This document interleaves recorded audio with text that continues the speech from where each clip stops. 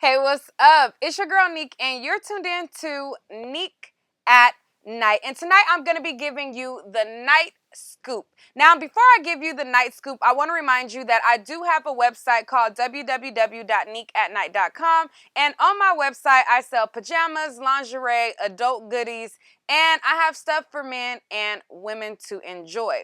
If you go on over to my website, you can save 15% off with the code NIGHTOWL at checkout, and that is going towards your total purchase. Now, with that being said, we're going to hop on into this video and give you guys the scoop of basically the conversations and the goings-ons that's goings-ons today and what people are talking about. Now, one of the biggest things that people are talking about is the ban and the removal of Kevin Samuels off of YouTube and Instagram. Now, as you guys know, I am not a fan of him. I am not a fan of the guys who listen to him because it seems like they have a warped, one-dimensional following brain. And I even stopped dating a man because I felt like the ideology that he was listening to with Kevin Samuels, it just wasn't in alignment with what I felt that I needed to indulge or engage in, period. Poo.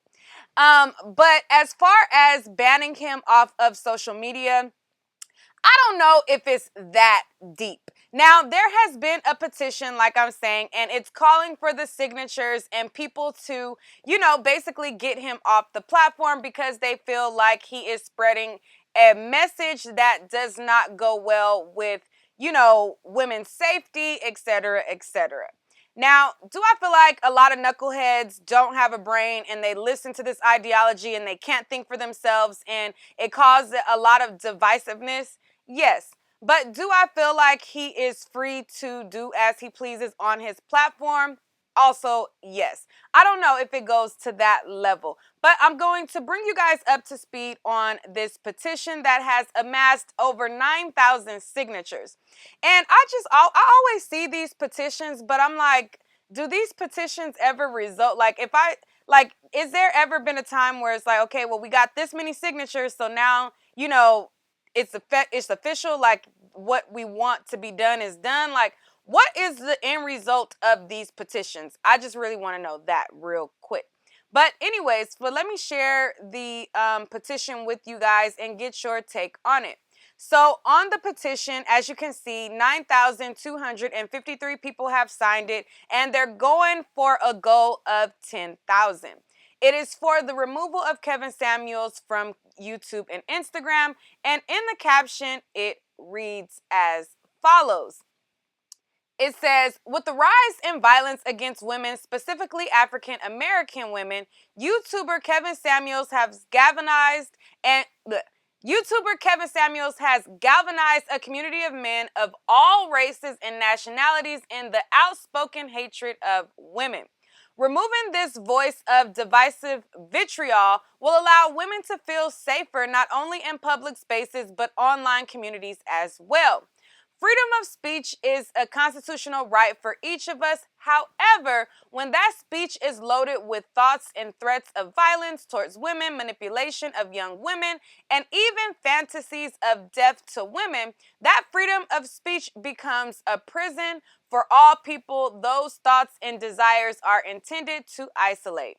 Acts of, all of these things, all these types of behavior, and even death have been documented as stemming from rhetoric Mr. Samuels and his community of followers have spewed in just the last 12 months alone. Now, I'm not sure how accurate that data is, but we'll continue. It says, women feel unsafe in the presence of men who identify with this ideology and have been berated while going about their daily lives, yes, even while at work, with criticisms that have been spoken directly from Mr. Samuel's mouth. The very words that were spoken on social media platforms have permeated every facet of daily life for unsuspecting women. Removing this leader of hatred against women will bring reprieve for all of us. And so it has a lot of people who signed, and they also gave their thoughts on what they felt like as it pertains to Kevin Samuels. There's a lot of people who feel like his rhetoric is dangerous. They feel like he's toxic. They feel like he is the leader of a hate group. And they feel all of the things when you see the reasoning down below. You can just scroll through the petition and you can see all of the thoughts of everybody who has signed it. Now, as it pertains to the petition, do you think that Kevin Samuels' ideology and the things that he preaches, do you think that it raises to the level of a hate group as stated on some of these, as stated by a lot of these users? Or do you think that it's just a man simply putting other men up on game? You know, or a man who's simply telling it like it is. Now, again, I don't agree with everything that he says. I think that a lot of the things that he says is a hogwash. And anybody who thinks that everything that he says is 100% facts and 100% truthful, they can't think for themselves, and I don't want them anywhere near around me. I feel like you can take in bits and pieces of what he says, but if you sit there and you listen to that and you can't determine what's said for entertainment purposes and what's said for, actual factual things, we can't really communicate. And that's why, like I said, I even stopped dating a guy because no. I mean, I'm just not going to go for it. I'm just not going to date anybody who sits there and utter the words fit, feminine, and friendly, or whatever the hell he says, is an automatic swipe to the left, the right, however those things go. It's automatic cancellation in my book, period. That's just me. But I want to know what you guys think about it. A lot of people started to pull up like one of the most recent videos, I guess, that he did, where he was calling a girl who was, I think she said she was like 145 pounds, and he was basically telling her that she was overweight or something like, and the girl was like, what? But, it'll be men who will listen to that and be like, yep, that's facts. He's speaking 100% facts. And that tells you how goofy, delusional, and warped a lot of these people's brains are, because they follow certain stuff that is like, come on now. Come on. But anyways, let me pull it up.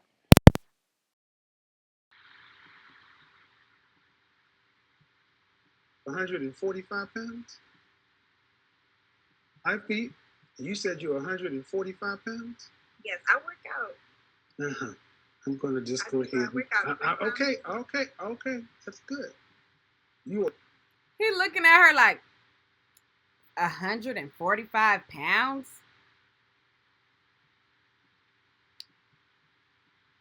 Let me make it a little bit bigger. 0.6% away from obesity. Kevin, do I look obese to you? I don't see. Audience, I want you guys to understand. She asked me what is average. And this is the problem. Women today think they can put what they effing feel in place of facts. You are short, 4 inches shorter, and you are 25 pounds heavier than a healthy weight. Why don't you go ask white women what to do? Or Hispanic women know what to do? Or Asian women what to do? Because apparently they seem to know how to do something. But they copying us. They copying black women. They get their nails done. They get butt lifts. Want bigger breasts, bigger lips. Okay, let's run with that. Mm-hmm. Then if that's the case, why are they more married than you? 5 feet. You said you're 145. I have one. They're probably more married than us because their men don't sit there and have self-hate within them. A lot of their men, a lot of their communities, they date within their communities. They protect their own. They don't bring down, their race, and they don't self-hate one another. I mean, perhaps maybe that could be a solution. But, you'll have a lot of listening to this goofy mess, and they will be like, yep. Why white women is married and like, first of all, black men are the ones who are in control of marriage. Okay, women are in control of what we are in control of, and men are in control of what they're in control of. As a lot of the times when it comes to relationships, a relationship moves forward based on the man and what he chooses to do as far as that. So if black women are unmarried, then I would fall back and ask the question as to why black men are not committing to their families and why they are out here, a large amount of them being dusties and making multiple baby mamas with multiple women and not settling down. But I mean, as far as ask white women and ask Asian and all these people why they're married and not us, probably because their men don't treat them like y'all treat us, and their men don't self-hate on the level that y'all do.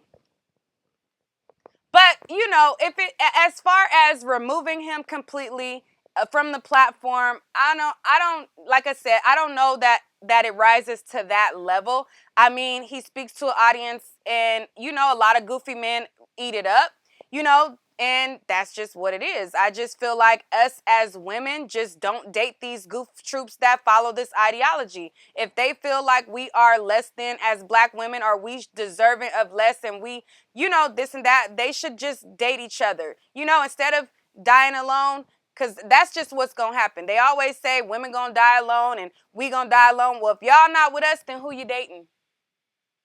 You dating each other? Or who you dating? If you ain't dating women, then who you dating? So y'all going to be dying alone too. So we all just going to be dying alone. But I'd rather die alone than deal with goofy ideology like this. I want a black man who loves black women and not nitpick about all of this bullshit that they will definitely accept from another race. They'll sit there and say, black women got attitudes, but then they'll go get with a Hispanic woman who has an attitude as well, but then call that person spicy and accept it. And a lot of it boils down to self-hate. So my choice is, I want a black man who loves black women without all of this other stuff. If I can't get that, then I would be happily dying alone. Just like these men are going to be dying alone too. Because if they're not dating women, who they dating? Either each other or they dying alone too. Period. But as far as the petition, what do you think? Do you think that he should be removed from YouTube? Do you think that it rises to that level?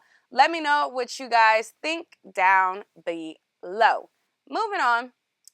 So over on Baller Alert, there was this message that was posted and it struck up a little debate.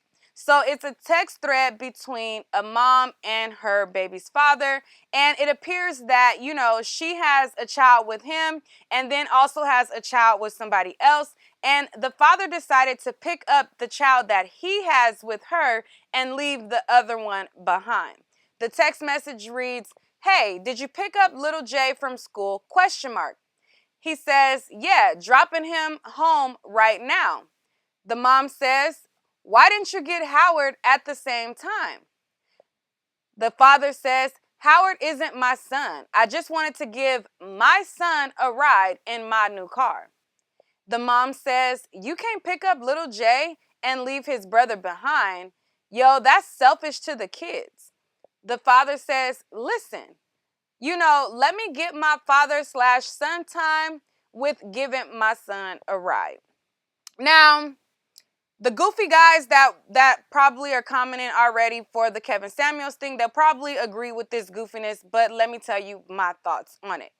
If you go to a school and you see a brother and another brother standing there and you think that it's okay to pick up your child and leave the other child at the school behind, something is wrong with you. Now, if you want to spend time with your child and you want to have father and son time, that's fine and dandy. Pick up both the kids, drop off the son that isn't yours to his residence, okay? And then tell him, you're going to, bend the block with your son that way. But to leave a child at school and pick up your child and just leave a child in the dust like that, that's wrong. Now, if you want to spend father and son quality time, there's nothing wrong with that. But to be that obvious in doing all of that, I mean, I feel like that's shady. Like, I wouldn't do that. Like, if I had you know, a child and another person had, like, it's just certain stuff you don't do. Like, you don't bring you know, you don't come to a group of kids and give one child a piece of candy or give one child an ice cream. It's just certain stuff with kids that you just don't do, you know. And this right here, the goofy red pill community, they probably would agree to, but me, I don't. But I want to know what you think. Do you think that the father was in the right in picking up his son from school and leaving the other kid behind? Or do you think that he was in the wrong and should have set up his father and son quality time at another time, or even after both children were dropped off? You let me know what you think about it, and we are going to move on. Let me bring this down just a little bit. Okay, so moving on. So there is a couple who decided that it would be a great, grandiose idea to do a slave-inspired wedding engagement photo. Yeah. They said, you know what? We gonna kill them with this one.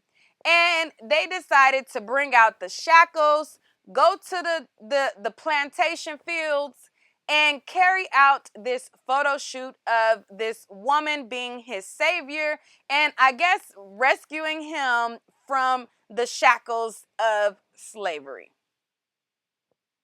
Yeah. That's basically what happened. That's basically what this is given.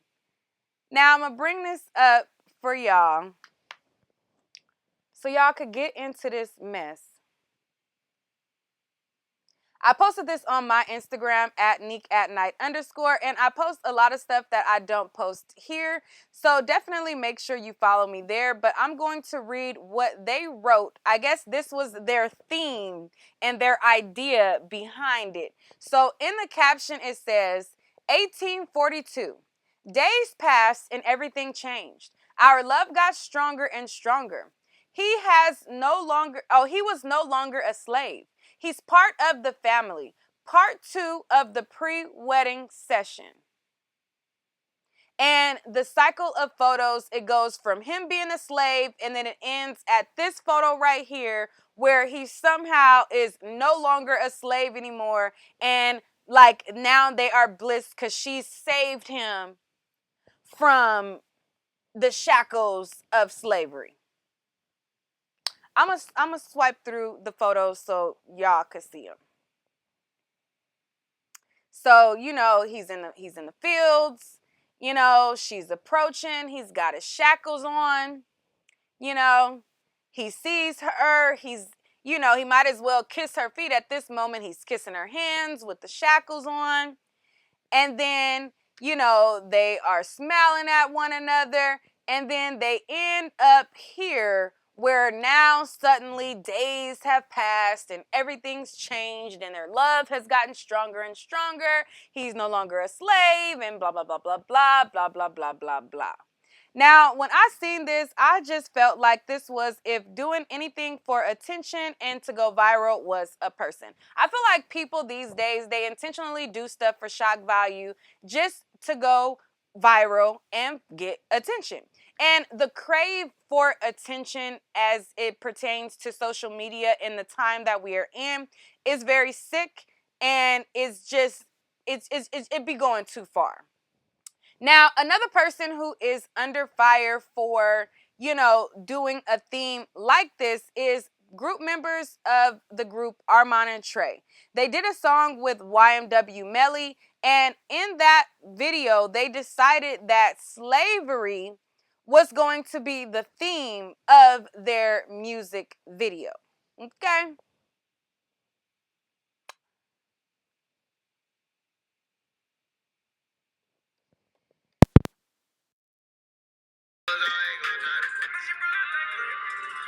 Now I know why Lovecraft Country didn't get renewed for season.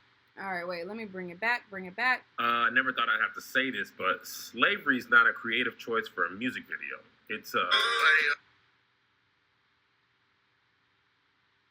Now I know why Lovecraft Country didn't get renewed for season 2. Okay, HBO was finna do it, and then they saw this video and they was like, you know what? Nah, we don't want to contribute. What happened here? What was the choice? Like, I'm just rewatching this, and they really got slavery choreography. Like, watch here the three come. They were here with the bop bop bop and the twist. I never thought I'd have to say this, but slavery's not a Okay. And in the music video, like one of them, their head is through the thing, and like you know, like the like slavery thing where you put the head through and then you got your hands through and it's closed down on your head. Like they had the whole shebang the whole night, and they are getting backlash as well for this. And I just don't know what people are thinking these days. I don't know. Another guy decided to basically, you know, question black women. So there is a video, and it was shared by the Savoy Show, and it was of a man looking very much special, and he wants to know why black women have a problem with black men dating white women. And you just got to get a look of this fella, okay? You just got to get a look of him. Let me pull out the I just gotta ask. I just got something to say. Why do black women get mad at us black men for dating white women? I don't get that. Like, black women, is it a problem that white women still us? Or do you want us to come to the black side? I just gotta ask. I just got something to say.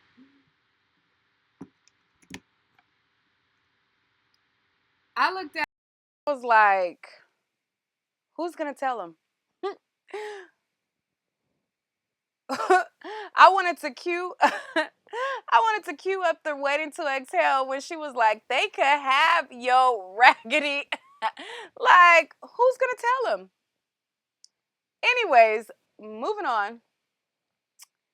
So Porsha has decided to basically put a troll on blast, and I want to know how y'all feel about it. So Porsha basically was in a photo, and I think she was sitting down on a bus, and this person decided to tell her that her fupa was sitting in her lap. Now, upon Porsha going to this person's Instagram, this is what it was given. And Porsha said, these are the type of people who body shame me on a daily. The message here is people will project their own insecurities onto you. You don't have to receive it. I gave birth to a whole human, so yes, my body changed, and yes, my body is still beautiful. So I want to know what you guys think about Porsha putting this person on blast. Now, I'm here for it. Like, I always be seeing, it be so many fashion critics commenting from private accounts, and it be so many people telling people, especially like when I post a video, like anytime I post a picture, it's bound to be some type of fashion critic, no matter what it is, no matter how, like, it doesn't matter. It's always some type of fashion critic. And I feel like if you are going to criticize people on their fashions, you should have an open account, okay, where people can criticize you on your fashions as well. I remember one time I wore an outfit and somebody was like, you should have wore yellow pumps with that. And I'm like, yellow pumps? Like closed in, like pumps? Like, it be certain people that be trying to give fashion advice, and when you go to their pages, it just don't be given. And I agree with Porsha, like, girl, you coming for me, but you projecting your insecurities. But I just feel like if you gonna be the fashion police and you gonna tell people what to do with their fashions, you should also have an open account. Like, I'm so tired of these cowardly trolls trying to comfort people, but then they hiding behind fake private pages. If you gonna be saying something, stand on what you say and let me judge you too, sis. Like, let me rate what you wear as well. So I don't got no problem with Porsha putting sis on blast, cause girl, boo, move on. Okay. So I want to talk about this other story where people feel like the lady was doing God's work. Now, a California doctor is facing federal charges for running a fake COVID-19 vaccine card scheme. Now, I've always heard people saying this, and a lot of people like jokingly said, like, you know what, I need to find somebody that can make me a card because I don't want to get the shot, da da da. And this lady had a whole operation, and now sis is facing charges. So I'm going to read what it says. It says, according to the U.S. Department of Justice, a Northern California licensed naturopathic doctor was arrested on Wednesday for running a fake COVID-19 immunization and vaccine card scheme. Julia Mazzi, 41, is charged with 1 count of wire fraud and 1 count of false health statements. Prosecutors claim that she tried to sell fake COVID-19 immunization cards and immunization pallets to make it look like her patients had received the Moderna vaccine. According to prosecutors, this is the first federal criminal fraud case involving false immunization and vaccine records. Deputy Attorney General Lisa O. Monaco said this defendant allegedly defrauded and endangered the public by preying on fears and spreading misinformation about FDA-authorized vaccinations while also peddling fake treatments that put people's lives at risk. Okay? So in the comments, people were saying that she did the Lord's work. They felt like she was a hero, and they felt like what she did was what needed to be done.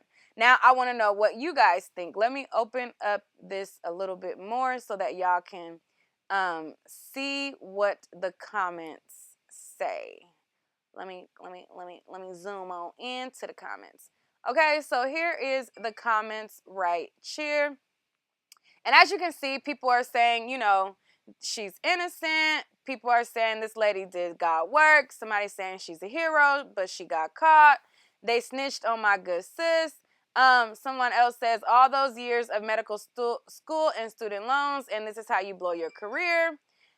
Somebody else says, shaking my head, who's snitching? Free her till it's backwards. And then another person says, who snitched on this hero?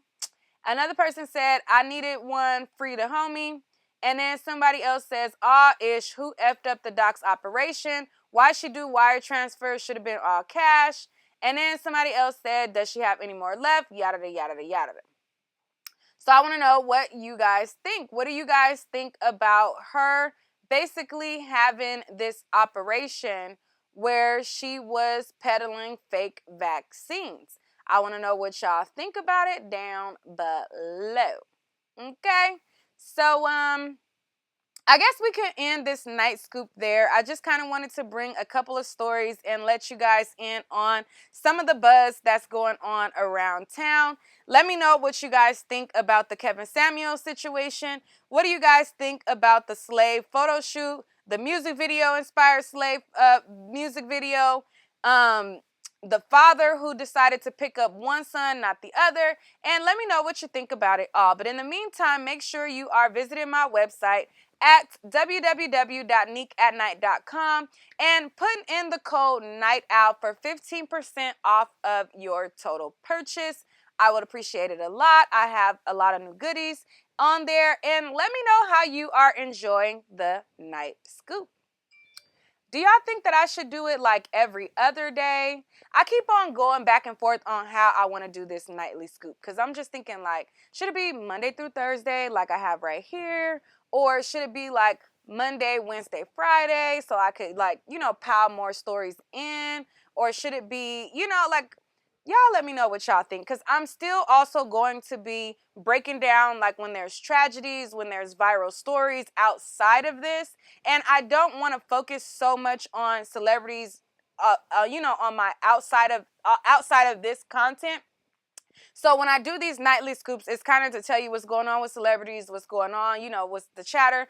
But outside of this, I want to mainly focus on, you know, like the viral stuff, like I did the video, the man died after, you know, he found out the DNA test, and then I, debunked that story. And when, just like certain stories like that, like I want that to be my main focus. Y'all get my drift. But y'all tell me how y'all are enjoying this, and what do you think about it, and how do you feel like, what suggestions do you have for the Night Scoop?